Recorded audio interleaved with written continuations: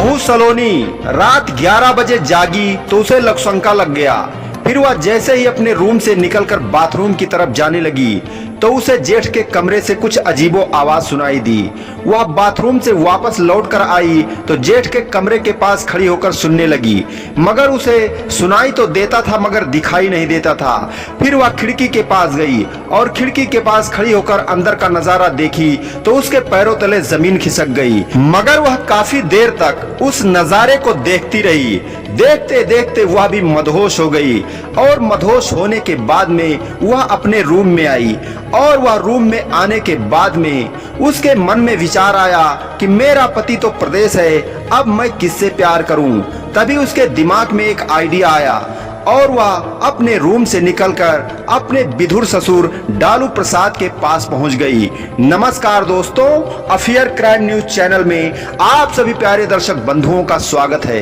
दोस्तों, affair crime news channel को subscribe कीजिए, वीडियो को लाइक कीजिए और वीडियो को ज्यादा से ज्यादा शेयर कीजिए। प्यारे दोस्तों, यह चढ़ती जवानी और बेलगाम हवस की कहानी एक फिक्शनल स्टोरी है। पिता डालू प्रसाद राजू से बोला, देखो बेटा, खेती किसानी में बहुत पैसे लगते हैं और जो खेती किसानी में अनाज पैदा होता है वह कुछ खाते पीते हैं और उसके बाद में वही बेचकर खेत में लग जाता है, कुछ बचता नहीं है। इसलिए बेटा तुम प्रदेश चले जाओ और तुम्हारे बड़े भाई जो सरोज हैं वह तो खेती किसानी का काम करते हैं। मैं बूढ़ा हो गया हूँ, मैं तो खेत में किसानी करने जाता नहीं हूँ, इसलिए तुम्हें प्रदेश जाना पड़ेगा।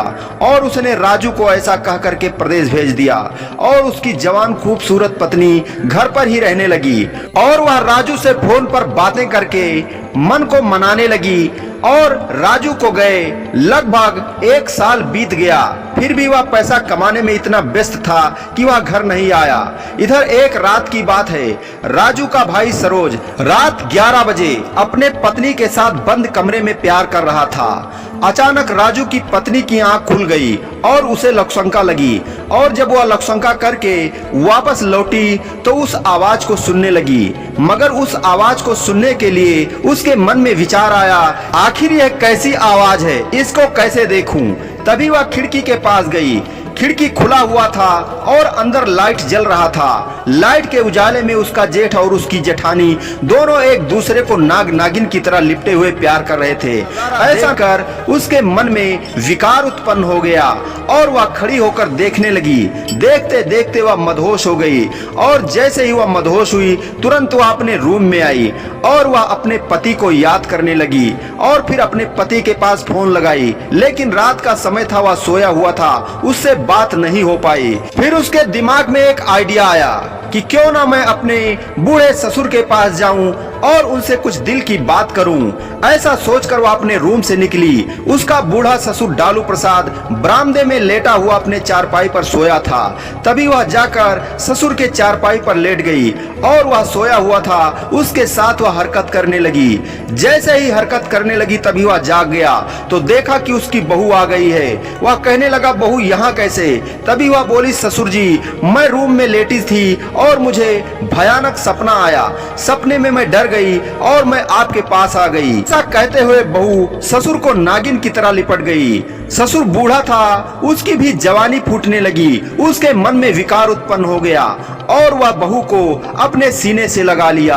बहू तो यही चाहती थी, बहू भी उसे नागिन की तरह लिपट गई। फिर दोनों के मन में विकार उत्पन्न हो गया और प्यार का परवान इस कदर चढ़ा कि दोनों के बीच अवैध संबंधों का सिलसिला शुरू हो गया। हर रात बहू ससुर के पास जाती और ससुर से प्यार करती और उससे कुछ प्यार भरी बातें करती। प्यार भरी बातें करने के बाद में फिर वह अपने रूम में आकर लेट जाती। ऐसे ही कई महीनों तक चलता रहा, मगर बहू तो ससुर की दीवानी हो चुकी थी और ससुर भी बहू का दीवाना हो चुका था। जब राजू प्रदेश से आया तो बहू ससुर से मिलने के लिए तड़पने लगी और ससुर भी बहू से मिलने के लिए तड़पने लगा। एक रात की बात है, राजू सोया हुआ था और उसकी पत्नी बिस्तर से दबे पांव उठी और ससुर के पास बरामदे में चली गई। तभी राजू को शंका लगा और जब वह देखा कि मेरी पत्नी बिस्तर से गायब है तो वह पत्नी को खोजने लगा। वह सोचा कि हो सकता है लक्षशंका करने गई होगी। फिर वह बाथरूम की तरफ गया, देखा तो नहीं थी। फिर चारों तरफ वह घूमने लगा, फिर छत पर गया, देखा तो वहां भी नहीं थी।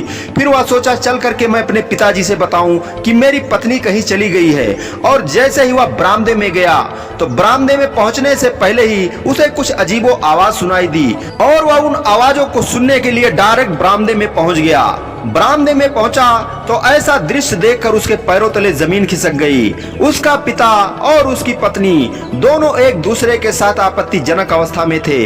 ऐसा देखकर वह क्रोध से आग बबूला हो गया और वह अपने पत्नी को मारने लगा। तभी उसका पिता डालू प्रसाद बोला, बेटा बहू को मत मारो, क्योंकि बहू मुझसे बहुत प्यार करती है।